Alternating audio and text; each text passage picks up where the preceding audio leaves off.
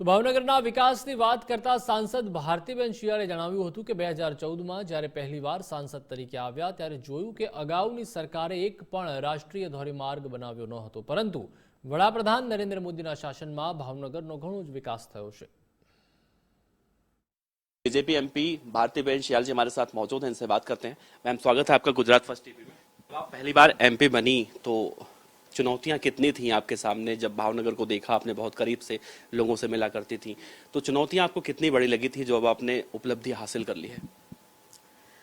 देखिए, सबसे पहले तो जब मैं 2014 में सांसद बनके यहाँ आई और मेरी कॉन्स्टिट्यूंसी का जब मैंने स्टडी किया तो बड़े दुख के साथ मुझे कहना था कि 14 से पहले मेरी कॉन्स्टिट्यूंसी में एक भी नेशनल हाईवे नहीं था।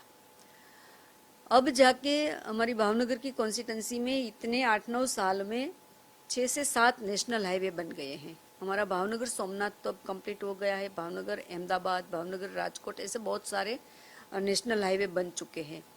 हमारे पास सालों से हम डिमांड कर रहे थे कि हमारा जो ब्रॉडगेज था बोटाद साबरमती और डसा जेतलसर जो बन नहीं पा रहा था वो बन के कंप्लीट हो गया है और मेरी कॉन्स्टिट्यूंसी में अब सारी रेलवे लाइन है जो ब्रॉडगेज बन चुकी है और सारी जो रेलवे लाइन है वो अब पूरे की पूरी इलेक्ट्रिफिकेशन भी हो गई है।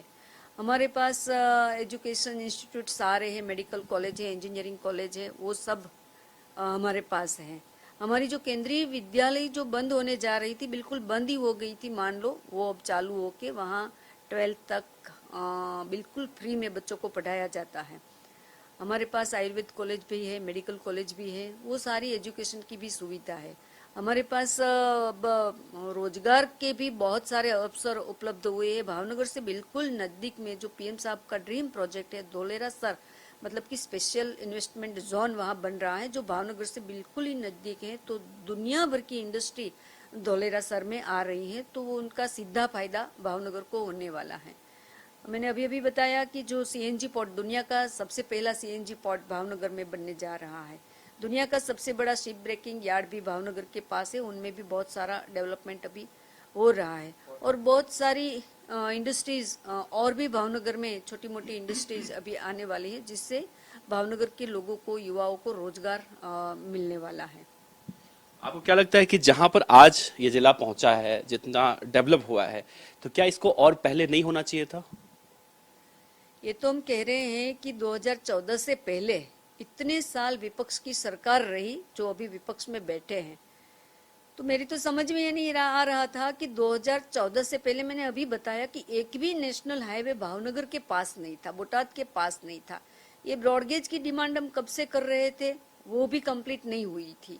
ये हमारा जो कोस्टल है पूरा, क्योंकि भावनगर ये कोस्टल इलाका है, तो कोस्टल के डेवलपमेंट के लिए हमने बार बार सवाल उठाए थे, बार बार हमने आंदोलन किए थे। नेशनल हाईवे के लिए भी हमने चक्का जाम किए थे, आंदोलन किए थे, लेकिन सरकार पर कोई भी इफेक्ट नहीं था।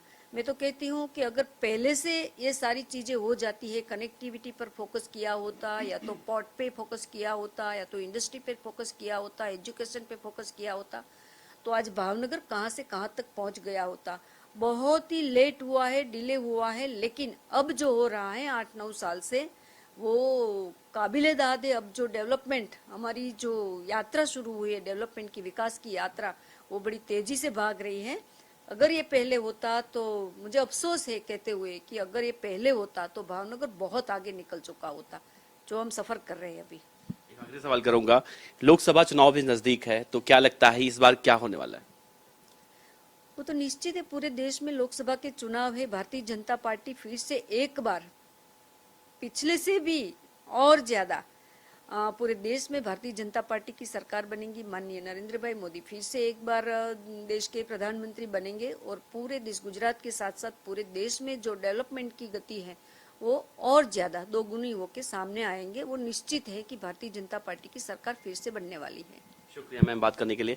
तो बिल्कुल विकास की गति जिस तेजी से चल रही है, उसी ही तेजी से विकास की गति ऐसे ही चलती रहेगी और साफ तौर से मैम का यही कहना है कि गुजरात ना सिर्फ बल्कि पूरे देश की विकास की गति ऐसे ही चलती रहेगी और बीजेपी एक बार फिर से सरकार बनाएगी।